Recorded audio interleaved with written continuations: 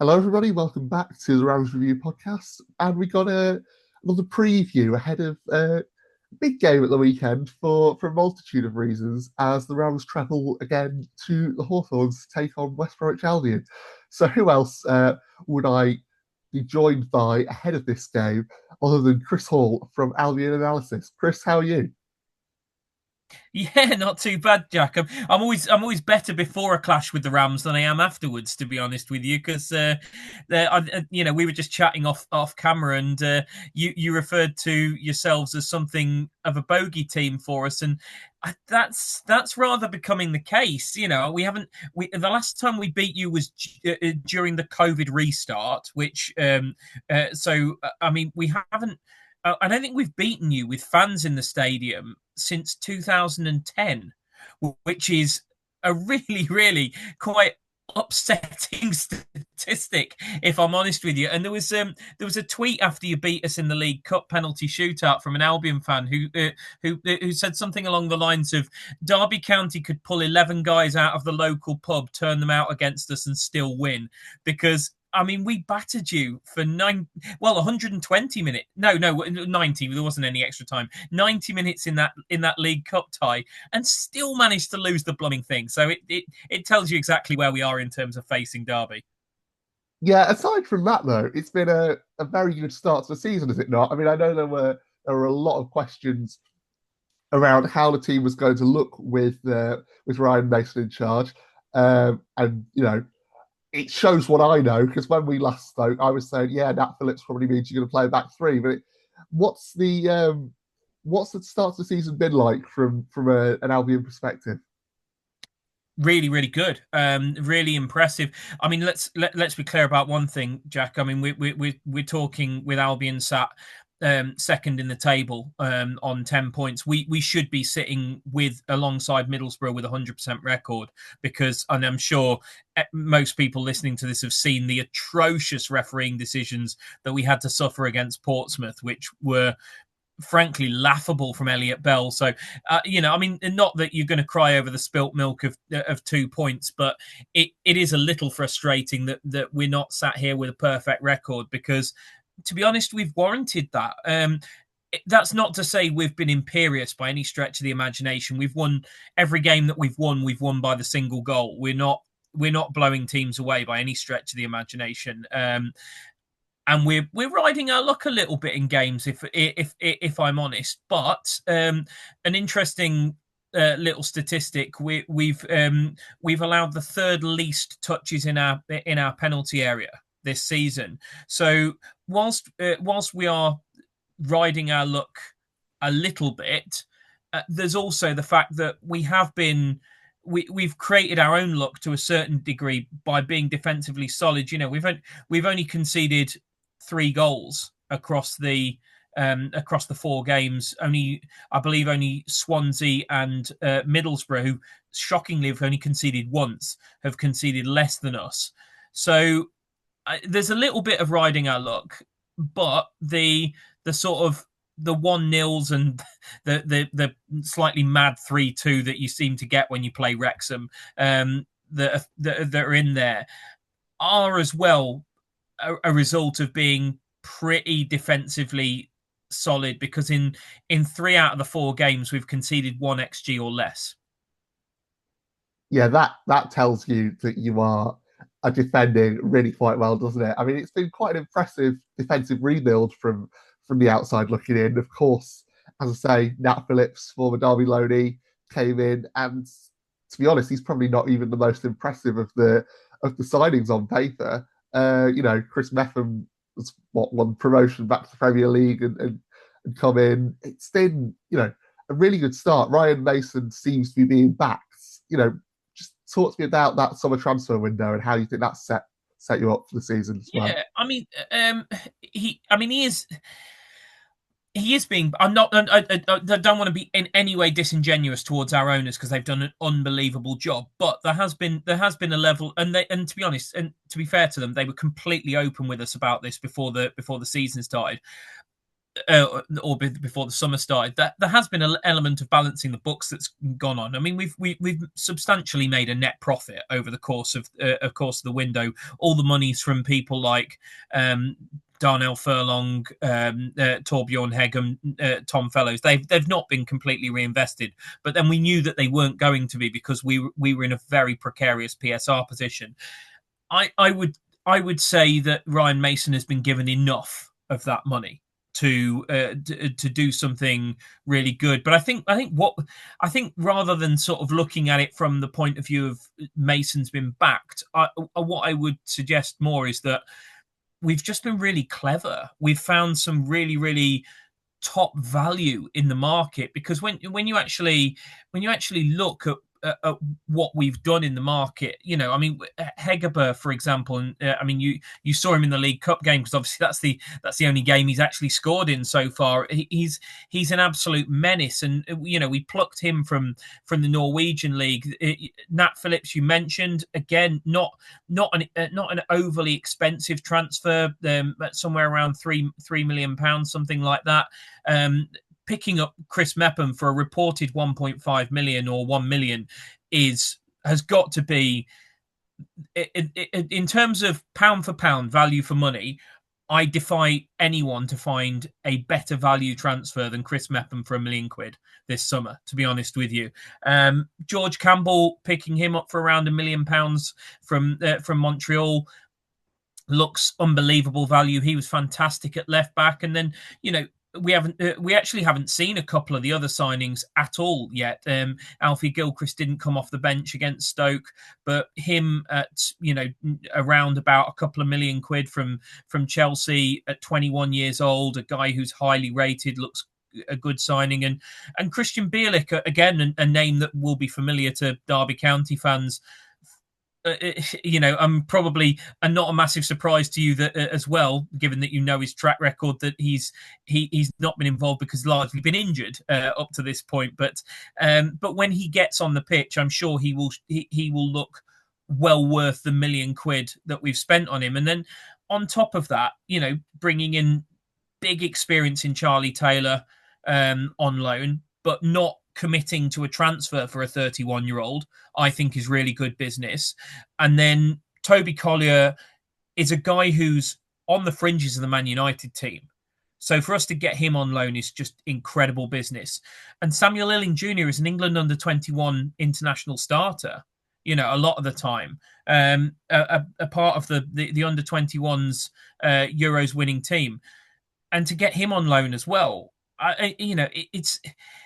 And you look at all of that and you say, we've done all of that whilst making around about a £10 million profit this summer. It's good business. It really is. Yeah, there is a reason that I backed West Brom as having the best window in the Championship last week. Because that is, it's a seriously impressive window, and it hopefully sets you up for this kind of era of Ryan Mason. How does it all kind of fit together tactically? Because as I said before, I know there were questions at the start of the window when we spoke around, what on earth it would look like. Ryan Mason, what his first kind of senior management job? What's his philosophy, and how can we expect West Brom to play on Saturday? There's still, to be honest, there's still some question marks. Even 4 games in, we've spoke about this before, Jack. Ryan Mason is absolute Teflon in interviews. Nothing sticks. He doesn't give straight answers. Didn't give straight answers around Torbjorn Hegem and Tom Fellows when those of us slightly in the know knew that they were saying goodbye to people in the building. So he doesn't give much away. I think, look, we touched on it before. One of the things is that he does build from the back. We don't give a lot away defensively, but that's not to say that. Whereas I think you could argue we were a bit defensive under Corberán. The football is not overly defensive. It's just having structure, and making sure that we try not to do daft things in games. The only one who seems to have a mad moment most weeks is Callum Styles at the moment, but the rest of them are largely pretty reliable. I think one of the big things that's been hugely noticeable is and as you know, I spend a lot of time looking at FB stats and things like that, and every single signing we've made has had incredible passing stats. Clearly, Mason wants all of his players to be able to play. He wants us to be able to move the ball very, very well, and that's not something we've necessarily been particularly good at from the back in the past. We've overly relied on players like Alex Mowat and previously Connor Townsend and maybe Darnell Furlong, because the centre halves haven't been particularly good on the ball, and now we've got players. Phillips is okay on the ball. I think he's better than people give him credit for, but Mepham is certainly top quality on the ball. I think he attempted 47 passes against Stoke and completed 46 of them, which is just absolutely ridiculous. And then you've got options in midfield as well. I think we've got varied threats as well. We can go long into Hegerber now, which we didn't have that option with our centre forward for much of last season. I think where we've got a question mark a little bit is long term. How are we going to line up in the wide areas? Is Jed Wallace a long term solution for this season? He was brilliant against Stoke. I take absolutely nothing away from him, but Jed obviously does always come with just a little bit of the caveat that he is 31. He will be 32 before this season is over. He maybe not quite got the legs that he used to, and we've brought in someone like Samuel Illing Jr., who you would think is going to play a decent part. So is that going to involve Mikey Johnston switching across an Illing Jr. down the left? Are we going to play Illing Jr. on the right? I don't quite know long term how those wide areas are going to shape up. I think what we've got now that we didn't have last season. I think we were extremely predictable last season. Our football was, if you stop our wide players, you stop West Brom. Like stop Fellows and either Grant or Johnston, whoever was on the left, and you pretty much snuffed out Albion.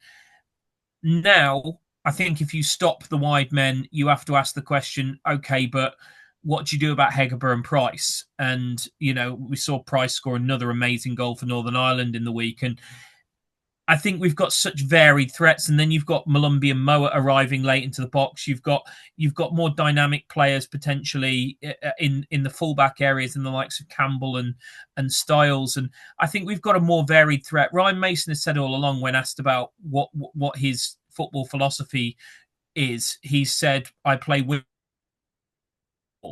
and he's not really that bothered what that looks like. You kind of one key player to pick out that's going to make a difference. I think it would be a bit of a challenge from what you're describing, which...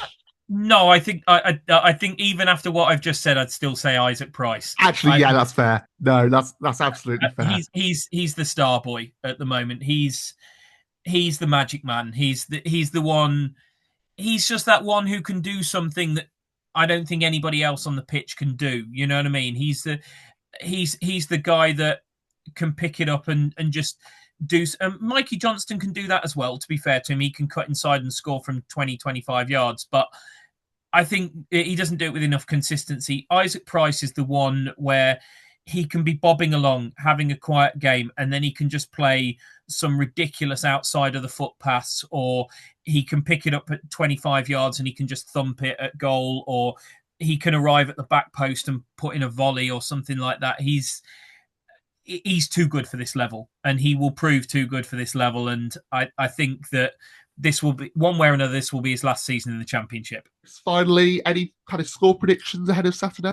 I mean, you'd think I'd feel confident, but we're just bad against Derby, aren't we? I mean, and even when we play well, we still get turned over. Like we were brilliant against you in the League Cup. I mean, there was I actually had a look at the sort of FOTMob stats, and you had your first shot in I think it was the 3rd minute or the 6th minute or something like that. You didn't have another shot for over an hour after that, and we still ended up losing the blooming game over the course of the piece.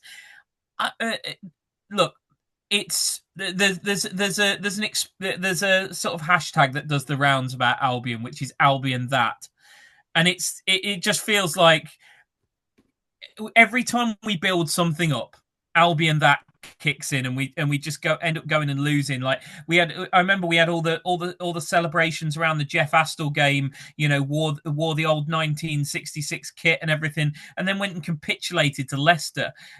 So it's basically big celebration. East Midlands club who have a tendency of coming to the Hawthorns and doing the dirty on us. It's all set up for another big old Albion damp squib, to be honest with you. I'm hopeful because we're a decent side. And to be honest, as I say, if you play anything like, I know you'll be a very changed side to the one that faced us in the League Cup because you had all sorts of injury problems at that stage and you weren't playing particularly well and you've improved since then. But if you're anything like the side that showed up against us in the League Cup, I don't think you get away with that performance twice at the Hawthorns. I don't think you will be, and I think it'll be a much closer game. I'm going to optimistically go for Albion grinding out a 2-1, but I can't say I'm saying that with any confidence because, again, Jack, I repeat to you, 2010, the last time we beat you in front of fans. So, yeah, not feeling mega confident with that prediction at all. I mean, that 2-1 does allow for Carlton Morris's seemingly inevitable goal based on his form. So I don't think that's probably a bad from the penalty spot. This afternoon, Chris, and all that's left to say is up the Rams. Indeed. Up the Baggies.